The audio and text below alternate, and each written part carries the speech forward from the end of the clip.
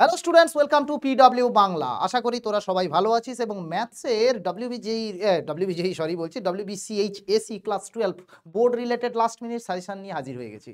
এখানে কিন্তু এই সাজেশনটা তোদেরকে আগেই আমি দিয়ে দিয়েছি। তো এখানে কি ধরনের কোয়েশ্চেন আসবে অনেকটা ঘেঁটে পিটে অনেকটা রিসার্চ করেই ভাবলাম যে কিছু জিনিস দেওয়া যাক। কিন্তু একটা ডিসক্লেমার তার আগেই দিয়ে দিই, যদি কোনো কারণে সাজেশন একটু একটু এদিকে ওদিক হোস পরে এসে কিন্তু গালিগালাজ করিস না, ঠিক আছে? আর সবচেয়ে বড় কথা হচ্ছে যে পরীক্ষা হলে অনেক রকম অনেক ব্যাপার-স্যাপার আমি দেখছি, সেইজন্য সোভরেনিটি বজায় রাখা এবং ছাত্রসুলভ ব্যবহার করাটা কিন্তু খুবই জরুরি। যাকগে সেই ডিটেইলসে আমি আর যাব না। তো আজকে যেহেতু তোরা দেখবি যে আ ম্যাথসের একটা লাস্ট মিনিট সাজেশন, কেমিস্ট্রি পরীক্ষা হয়ে গেছে অলরেডি। আর এরপরে তোদের যেটা আসছে সেটা হচ্ছে ম্যাথ। তোরা সবাই অনেকেই ভাবিস, "স্যার ম্যাথটা তো হলো না, স্যার ক্যালকুলাসটা তো পারছি না, স্যার প্রবাবিলিটি তো পারছি না।"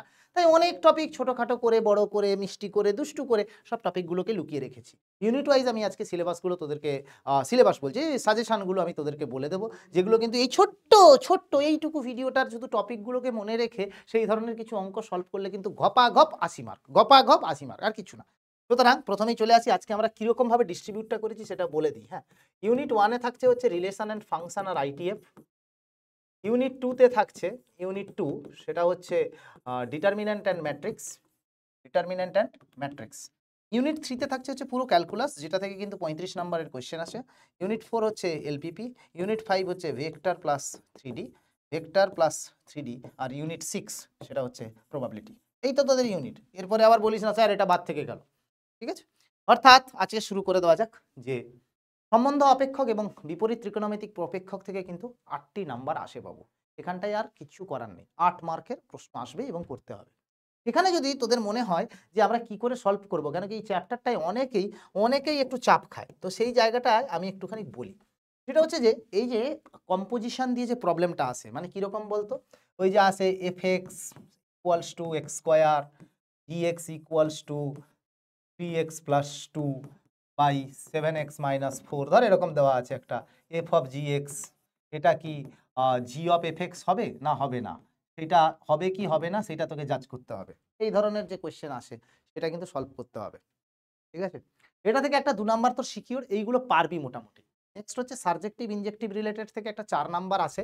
এটা তুলনামূলকভাবে একটু কঠিন, কিন্তু এইগুলোর যে মানে কনসেপ্ট, যেটা এই যে কোডোমেনের সঙ্গে রেঞ্জ দেখানো অথবা প্রত্যেকটা ইমেজের রেসপেক্টে প্রি ইমেজ দেখানো, সেই জিনিসগুলো যদি তোরা দেখাতে পারিস তাহলে কিন্তু এখান থেকে একটা ঝকঝকে 4 নাম্বার আসবে।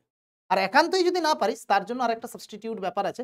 সেটা হচ্ছে যে এই মানে একটা রিলেশন রিফ্লেক্সিভ, সিমেট্রিক, ট্রানজিটিভ, মানে সসম, প্রতিসম এবং সংক্রমণ হবে কিনা বা সমতুল্যতা সম্বন্ধ হবে কিনা সেই নিয়েও কিন্তু একটা 4 নাম্বার আসে। ঠিক আছে? এইবারে বলবি স্যার এই দুটোই তো আমি পারি না।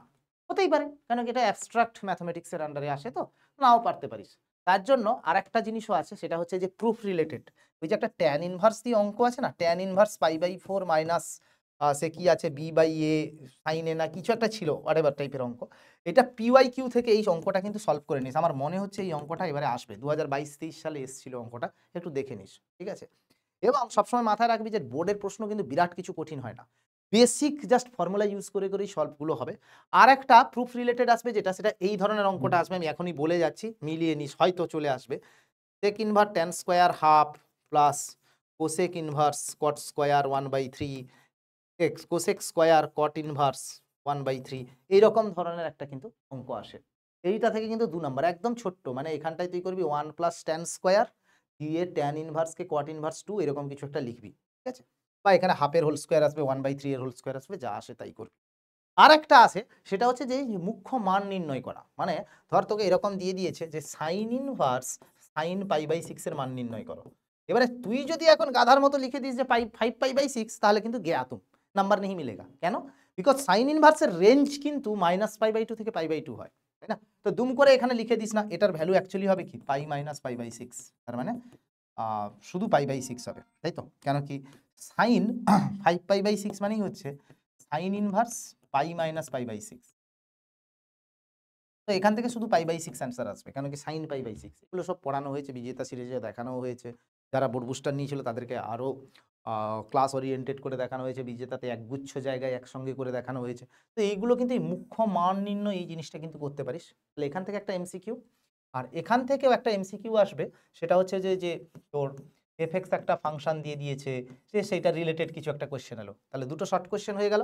একটা 2 নম্বরের কোয়েশ্চেন আমি বলে দিলাম, আর একটা 4 নাম্বার। আচ্ছা, এটাও কিন্তু 2 নম্বরের, তাহলে দুটো 2 নাম্বার থেকে যে কোনো একটা পাবি, আর একটা 4 নাম্বারের এই 3টে অপশন, হয় ট্রিগোনোমেট্রিক অপেক্ষক রিলেটেড একটা প্রুফ, সমাধান সমীকরণ আসবে না, অথবা তোর এখান থেকে যেটা করবি হচ্ছে এই ট্রানজিটিভ সিমেট্রিক রিফ্লেক্সিভ দেখানোর, অথবা সাবজেক্টিভ রিলেটেড, এই 3টের মধ্যেই একটা আসবে।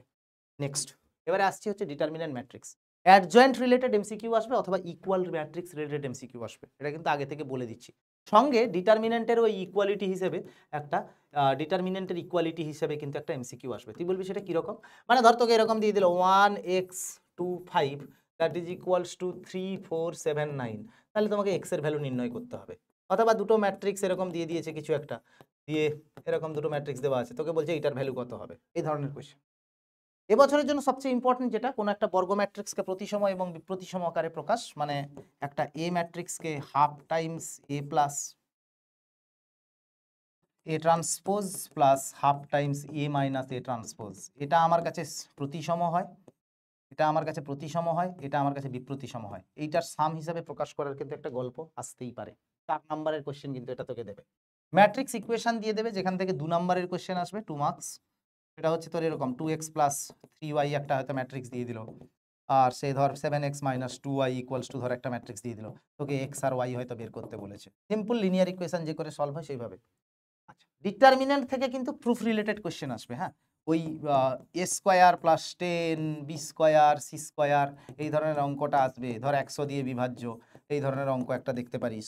অথবা তুই ওই অঙ্কটাও করতে পারিস যে ম্যাট্রিক্সেও প্রুফ রিলেটেড আছে, ম্যাট্রিক্সেও প্রুফ রিলেটেড আছে, ধর একটা একটা 3x3 ম্যাট্রিক্স দিয়ে দিল, ঠিক আছে, তো 3x3 ম্যাট্রিক্সে তোকে প্রমাণ করতে হবে a square minus 5a plus identity 3 equals to 0, বা 7 আইডেন্টিটি 3 ইকুয়ালস টু 0, 0 ম্যাট্রিক্স। তো এই জিনিসগুলো কিন্তু প্রুফের জন্য 4 নম্বরের কোশ্চেন আসবে। আর ডিটারমিনেন্টসের একটা ছোট্ট পাতি অঙ্ক, ওই যে দুটো ডিটারমিনেন্টকে ইকুয়াল করে দিয়ে এক্স এর ভ্যালু নির্ণয় করতে দেয়, এখান থেকে করলে কিন্তু যে নাম্বারটা আছে 6-7 মার্ক না 8 মার্ক এখানে আছে ডিটারমিনেন্টসে, সেটা কিন্তু ফুল মার্কস কিন্তু তোরা পেয়ে যাবি। এই কটা জিনিস, বেশি কিচ্ছু যেতে হবে না। সঙ্গে একটু অপশনাল বলে রাখছি আমি, অপশনাল ক্র্যামার্স রুল করবি, অপশনাল করবি হচ্ছে ক্র্যামার্স রুল, ব্যাস। এইবারে আসছি সবচেয়ে ভাস্ট পার্ট, সেটা হচ্ছে ক্যালকুলাস। লিমিট থেকে কিন্তু 1 আর 2 নম্বরের কোশ্চেনই আসবে, তার বেশি কিন্তু আসবে না। মানে ধর তোকে এরকম একটা দিয়েও দিতে পারে, আমি এখনই হয়তো বলে দিচ্ছি, এটাই হয়তো চলে এলো, ধর সাইন কে x by x equals to ধর 2, এর ভ্যালু কত, এটা একটা এমসিকিউ এই ধরনের আসতে পারে। অথবা তোকে একটা শুধু সিম্পলি হয়তো একটা লিমিট দিয়ে দিয়েছে, তার ভ্যালু নির্ণয় করতে দিয়েছে, সিম্পল লিমিট। 4 নম্বরের অঙ্কতে আসবে হচ্ছে সন্তত কিন্তু অবকলনযোগ্য নয়, এই ধরনের প্রুফ একটা আসতে পারে। মানে ধর সে এফ এক্স ইকুয়ালস টু ধর এরকম দিয়ে দিয়েছে 2 minus 2x 2 plus 2x 2 less than 0, sorry x less than 0, x greater than equals to 0, বলেছে যে F dash x F dash 0 অস্তিত্ব নেই, এটা প্রুফ করো। এই ধরনের প্রুফগুলো আসবে। ডিফারেন্সিয়েশনে একটা ফাংশনের আর একটা ফাংশনের রেসপেক্টে ডিফারেন্সিয়েট করতে বলবে, মানে তোকে ধর এরকম দিয়ে দিল d of sine inverse x by d of tan inverse x, এটা হয়তো তোকে বের করতে দিল। এই ধরনের যে কোশ্চেনগুলো হয়, কিন্তু এক্সট্রা না থেকে বড় ফাংশনও থাকতে পারে, সেটার জন্য ওই √1 প্লাস এক্স স্কোয়ার মাইনাস 1 টাইপের একটা পিওয়াই কিউতে আছে, সেটাও করতে পারিস, সে অঙ্কটাও আসবে, ঠিক আছে। আর কিছু প্রুফ রিলেটেড আসবে, সেটা কিন্তু ডিফারেন্সিয়েশন থেকে, ডিফারেন্সিয়েশন থেকে প্রুফ রিলেটেড আসবে। মানে ধর তোকে y equals to sine x দিয়ে দিয়েছে বা সাইন কে এক্স দিয়ে দিয়েছে, তোকে প্রুফ করতে হবে হয়তো d2y dx2 something equals to 0, এই ধরনের অঙ্ক কিন্তু একটা আসবে, সেটা থেকেও কিন্তু 4 নম্বরের কোয়েশ্চেন পেয়ে যাবি, ঠিক আছে। এইটা হচ্ছে ডিফারেন্সিয়েবিলিটি, লিমিট, কন্টিনিউইটি এবং তার সঙ্গে plus MOD, method of differentiation included এমনিতেই এর মধ্যে, বাট স্টিল তাও বলে দিলাম। অ্যাপ্লিকেশন অফ ডেরিভেটিভ থেকে আমার যেটা মনে হয় সেটা হচ্ছে স্পর্শকের প্রবণতা থেকে 1 নম্বরের একটা কোশ্চেন আসার সম্ভাবনা বেশি। মানে তোকে ধর y equals to c by t, x equals to c t, বলে দেবে টি ইকুয়ালস টু 1-এ স্পর্শকের প্রবণতাটা বের করো, সেটাও দিয়ে দিতে পারে। স্পর্শক ও অবিলম্বের সমীকরণ থেকে 4 নম্বরের একটা কোশ্চেন। প্রুফ রিলেটেড কিছু কোশ্চেন দিয়ে দিতে পারে, মানে কন্ডিশন রিলেটেড, শর্ত সাপেক্ষে যে স্পর্শকের অঙ্কগুলো করানো হয়েছে এইটা থেকে, আর সর্বাধিক এবং সর্বনিম্ন মান, এই কটা জিনিস কিন্তু করে নিস। হ্যাঁ, তার সঙ্গে আরেকটা ছোট্ট জিনিস মেনশন করতে ভুলে গেছি, সেটা হচ্ছে যে ল্যাগ্রাঞ্জ এবং রোলস থিওরেমের ভেরিফিকেশনটা করে যাস, একটা 2 নম্বরের অঙ্ক পেলেও পেতে পারিস, ঠিক আছে। এইটা করলে মোটামুটি ডিফারেন্সিয়েশনের গল্প শেষ।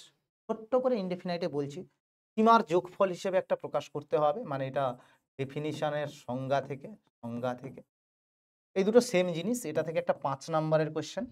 প্রপার্টি রিলেটেড থেকে 1 অর 2 নাম্বারের কোয়েশ্চেন, মানে ডেফিনিট ইন্টিগ্রেশনে যেটা করানো হয়েছিল, king's rule, queen rule, periodic functional rule, বিভিন্ন রকম যে জিনিসগুলো করানো হয়েছিল সেটা কিন্তু করবি। আর সিম্পল এরিয়া থেকে প্যারাবোলা রিলেটেড অথবা সার্কেল রিলেটেড অথবা ইলিপস রিলেটেড, এই তিনটে ইকুয়েশন ভিত্তিক একটা 5 নাম্বারের কোয়েশ্চেন কিন্তু এখানে আসবে। তাহলে দুটো 5 নাম্বারের কোয়েশ্চেন কিন্তু এখান থেকে হয়ে গেল। আর ডিফারেনশিয়াল ইকুয়েশনের 1 নাম্বারের কোয়েশ্চেন আসবে অর্ডার আর ডিগ্রি কত সেটা বের করার জন্য। আর সলিউশনে হচ্ছে ইন্টিগ্রেশন ফ্যাক্টর রিলেটেড। ডিফারেনশিয়াল ইকুয়েশনের সলিউশন রিলেটেড হয় তোর ওই ইন্টিগ্রেটিং ফ্যাক্টর রিলেটেড, মানে ফার্স্ট অর্ডার ফার্স্ট ডিগ্রি রৈখিক অবকল সমীকরণ যাকে বলে সেটা থেকে আসবে, অথবা সেপারেশন অফ ভ্যারিয়েবল থেকে আসবে। হোমোজিনিয়াস থেকে আসার সম্ভাবনা এবছর প্রায় নেই বললেই চলে। তো অনেকগুলো জিনিসই কেটে দিলাম। এখান থেকে তুই দুটো 5, আগে একটা 5, তিনটে 5 নাম্বারের কোশ্চেন আমি দিয়ে দিয়েছি। আচ্ছা, নেক্সট 4টে 5 নাম্বারের কোশ্চেন এলপিপি তোরা জানিস। আমি বলবো এই গ্রাফিক্যাল মেথডের সলিউশনটাকে বেশি ইম্পর্টেন্ট দিতে, কেন কি তোকে ধরে এরকম দিয়ে দিয়েছে 2x + 3y এর ম্যাক্সিমাম ভ্যালু বের করতে হবে, যেখানে হয়তো সাবজেক্ট টু কনস্ট্যান্ট গুলো দেওয়া আছে, something greater than 24, something less than 23, something greater than 5, x greater than equals to 0, y greater than equals to 0। তো এইটা জিনিসটা বের করা এটা ইজিয়ার। প্রবলেম ফর্মুলেশনটা একটু ডিফিকাল্ট হয়, ওই সেই কৃষক জমি চাষ করে, তারপরে ট্রান্সপোর্টেশন প্রবলেম। আমার মনে হয় এবছরে ট্রান্সপোর্টেশন প্রবলেমটা আসা খুব জরুরি, মানে সেই ট্রাকের ব্যাপারটা, ট্রাকের ট্রান্সপোর্টেশনটা হয়তো চলে আসতে পারে। এটাও যদি একটুখানি মনে করে যেতে পারিস তাহলে কিন্তু অঙ্কটাকে ইজিলি নামাতে পারবি। বাট এখান থেকেও কিন্তু একটা 5 নাম্বার, তাহলে টোটাল 20 নাম্বারের কিন্তু এই বড় 5টা কোয়েশ্চেন, 4টে কোয়েশ্চেনের কিন্তু সাজেশন পরিপূর্ণ হয়ে গেল। ঠিক আছে, 3D ভেক্টর রিলেটেড আমি বলছি, ভেক্টর অ্যালজেব্রা রিলেটেড আসবে। তার মানে কি তুই বলবি স্যার ভেক্টর অ্যালজেব্রা তো পুরোটাই, না না সেটা বলিনি, মানে জিওমেট্রি জিনিসটা হয়তো আসবে না। মানে ধর তোকে এরকম দিয়ে দিল modulus of a equals to 3, mod b equals to 2, mod c equals to 5, তোকে বের করতে হবে মডিউলাস অফ তোকে বের করতে হবে mod of a plus b plus c, যেখানে দেওয়া আছে ab plus b dot c plus c dot a that is equals to 0। মানে দুটো যে কোনো দুটো ভেক্টর পরস্পরের উপরে লম্ব, for any pair of vector there. এখান থেকে হচ্ছে দুটো ভেক্টরের মধ্যে অ্যাঙ্গেল কত হয় সেটা দেখার জন্য অ্যাঙ্গেলটা বেসিক্যালি তোমার ওই 1 নম্বরের একটা কোশ্চেন আসবে, দুটো ভেক্টরের মধ্যে অ্যাঙ্গেল কত হয় ইত্যাদি ইত্যাদি তোমাকে বের করতে হবে। ঠিক আছে, নাও পারপেন্ডিকুলার ডিস্টেন্স, একটা প্লেন থেকে যখন একটা পয়েন্ট নেওয়া হয় তখন এই পারপেন্ডিকুলার ডিস্টেন্স রিলেটেড যে প্রবলেমটা থাকে সেটা থেকে একটা 4 নম্বরের কোশ্চেন, এবং স্কিউ লাইন থেকে একটা কোশ্চেন এবছর কিন্তু আসলেও আসতে পারে। অলরাইট, তাহলে এই জিনিসগুলো যদি করে যাস তাহলে ভেক্টর থেকেও 8 নম্বর না 12 নম্বর যেটা আছে সেটা কিন্তু পেয়ে যাবি। এরপরে হচ্ছে প্রবাবিলিটি, ভেন ডায়াগ্রাম থেকে একটা কোশ্চেন আসবে। ভেন ডায়াগ্রাম থেকে কিন্তু একটা কোশ্চেন আসবে, এরকম ধরনের হয়তো একটা কোশ্চেন এলো, বা দুটো ঘটনা স্বাধীন কিনা দেখাতে বললো। মিন অ্যান্ড ভ্যারিয়েন্স রিলেটেড আসবে, একটা বাইনোমিয়াল, এটা যদিও খুব একটা লেস ইম্পর্ট্যান্ট, এটা একটু লেস ইম্পর্ট্যান্ট। এক্সপেকটেশন ভ্যারিয়েন্সের কিন্তু ওই যে জিনিসগুলো এগুলোর প্রমাণ আসতে পারে কিন্তু, variance of ax equals to a square variance of x, এরকম যে প্রবলেমগুলো। আর ইন্ডিপেন্ডেন্ট ইভেন্ট রিলেটেড কিন্তু একটা 4 নম্বরের কোশ্চেন। বেস থিওরাম থেকে যদি ইজি পাস তাহলেই করবি, না হলে কিন্তু করতে পারবি না, সুতরাং অ্যাভয়েড করাই ভালো, এই জন্য লেখাও আছে এটা। এই চলে গেল তোদের মোটামুটি সাজেশন, এইগুলো করলে আশা করি তোদের 80 থেকে 75-এর উপরে নাম্বার পাওয়া কিন্তু ইজি হয়ে যাবে। ঠিক আছে, সুতরাং মন দিয়ে পড়তে থাক, আর বেশি কিছু বলবো না। তাহলে টোটাল ডিস্ট্রিবিউশন আমি যেটা তোদেরকে বললাম আরেকবার ছোট্ট করে রিক্যাপ করে দিচ্ছি। সেটা হচ্ছে যে এই যে সবচেয়ে সবাই যেটা মেইনলি স্ট্রাগল করে যে পার্টটায়, সেটা হচ্ছে রিলেশন অ্যান্ড ফাংশন আর আইটিএফ, মানে বিপরীত ট্রিগোনোমেট্রিক অপেক্ষক। এই জিনিসটা কিন্তু একটুখানি কায়দা করে করে যাবি, যে যে টপিকগুলো বললাম সেখান থেকে করলে মোটামুটি তোর 8 নাম্বার কিন্তু সিকিউ। ঠিক আছে, ডিটারমিনেন্ট প্লাস ম্যাট্রিক্স ইজিভাবেই করবি, আর প্রবাবিলিটিতে হয়তো একটু ফেস করতে পারিস, ক্যালকুলাস যদি প্র্যাকটিস করে থাকিস তাহলেই পারবি। ঠিক আছে, এবারে পরীক্ষায় অ্যাপ্রোচ কী হবে সেই নিয়ে আমি একটু কথা বলে দিই। যেভাবে কোশ্চেন আছে সেইভাবেই কোশ্চেন করে যাওয়া কিন্তু অতীব ভালো জিনিস। যদি একান্ত না হয় কোন বিভাগের অঙ্ক, মানে কোন ইউনিটের অঙ্ক সেটা মেনশন করবি, বিভাগ এটা মাঝে লিখে দিবি, এবং তারপরে দাগ নাম্বার মেনশন করবি। ধর 3-এর দাগের 2-এর অঙ্ক করছিস যদি মাঝে কোথাও করিস, এবং স্পষ্ট করে কিন্তু এখানে অঙ্কটাকে লিখবি। আর একটা কথা, পরীক্ষার খাতা কিন্তু একদম নিট অ্যান্ড ক্লিন থাকতে হবে, ঠিক আছে, নোংরা ঘেঁটে ফেলবি না। কোনো জায়গায় ধর একটা লাইন তুই লিখেছিস যে ধর তুই ধরে নিচ্ছিস যে এফএক্স একটি অপেক্ষক, ধর এটা তুই লিখেছিস, বাট এই লাইনটা তুই লিখতে চাস না। পরীক্ষা হলে এই রকম কাঠ মারবি না, বিচ্ছিরি লাগে দেখতে, পরীক্ষকও অসন্তুষ্ট হয়। সবসময় মনে রাখবি, তুই যখন বেশি নাম্বার অ্যাকোয়ার করবি, পরীক্ষক কিন্তু ইচ অ্যান্ড এভরিথিং খুঁত বের করবে তোর নাম্বার কাটার জন্য। আমি বলছি না যে এটা থেকেই মার্কস কাটবে, বাট একটা কথা সবসময় মাথায় রাখবি, সবসময় তো স্ট্রাইক ডাউনটা কিন্তু এই রকম হবে। ধর এফএক্স সামথিং এরকম কিছু লিখেছিস, যে একটি যুগ্ম অপেক্ষক ধর লেখা আছে, যুগ্ম অপেক্ষক ধর লেখা আছে, কাটবি কিভাবে? সিম্পল দুটো লাইন, দ্যাটস ইট, ক্লিন কাট হবে। ঠিক আছে, এই দুটোর মধ্যে আকাশ পাতাল পার্থক্য। এটাতে মনে হয় যেন খাতাটার উপরে খুবই নোংরা করেছিস, পাখি অনেকক্ষণ বসে থাকলে যা করে তাই করেছিস, সেটা কিন্তু করবি না, মাথায় রাখিস। আর একটা কথা, নো স্টেপ জাম্প। কোনো ফর্মুলা ইউজ করলে সাইডে কিন্তু লিখে দিবি, অ্যাম্পল টাইম থেকে 3 ঘন্টা 15 মিনিট সময়, 15 মিনিট প্রশ্নপত্র পড়ার জন্য। সুতরাং কোনো স্টেপ জাম্প নয়, কোনো স্টেপ জাম্প নয়। ইভেন 3+2 এইটা যদি না মিস করেও যদি ডাইরেক্ট 5 লিখি, সেটাও আমি সাজেস্ট করব না। মনের মধ্যে যে স্টেপগুলো চলছে সেইটার প্রতিফলন যেন পরীক্ষায় থাকে। কি বললাম? মনের মধ্যে যে স্টেপ আছে, মনের মধ্যে যে স্টেপগুলো চলছে সেইগুলো যেন খাতাতেও থাকে, খাতাতেও থাকে, এটা কিন্তু ইম্পর্ট্যান্ট। আর পরীক্ষা হলে যাওয়ার আগে উল্টো পাল্টা কিছু খাবি না, ভাত ডাল ইত্যাদি ইত্যাদি খেয়ে দিয়ে যাবি, কিন্তু একদম মাথা ঠান্ডা করে নিজের শরীরটাকেও ঠান্ডা রাখিস। হেলথ কিন্তু মোস্ট ইম্পর্ট্যান্ট থিং। পরীক্ষার দিন যদি বেশি টেনশানে যদি হেলথ তুই ডিস্টার্ব করিস, তাহলে কিন্তু তোর পরীক্ষাতে কনসেন্ট্রেশনের বিঘ্ন ঘটবে। এবং সেই জায়গা থেকে আমি বলবো যে নিজের হেলথটাকে সুরক্ষিত রাখা একটা দায়িত্ব এবং কর্তব্যের মধ্যে থাকে। ঠিক আছে, দইয়ের টিকা লাগিয়ে নিয়ে যাস, মা বাবার আশীর্বাদ নিয়ে যাস, টিচারের আশীর্বাদ নিয়ে যাস, সেটা বড় কথা নয়। বড় কথা হচ্ছে নিজেকে মাথা ঠান্ডা রেখে পরীক্ষা হলে নিজেকে উপস্থাপন করাটাই হচ্ছে বড় ব্যাপার। ঠিক আছে, সুতরাং মন দিয়ে পড়তে থাক, and all the best to my class student, 12 স্টুডেন্টদের জন্য। আশা করি তোরা খুব ভালো করবি আর ফাটিয়ে দিয়ে আসিস পরীক্ষা হল থেকে। ঠিক আছে, টাটা, বাই বাই।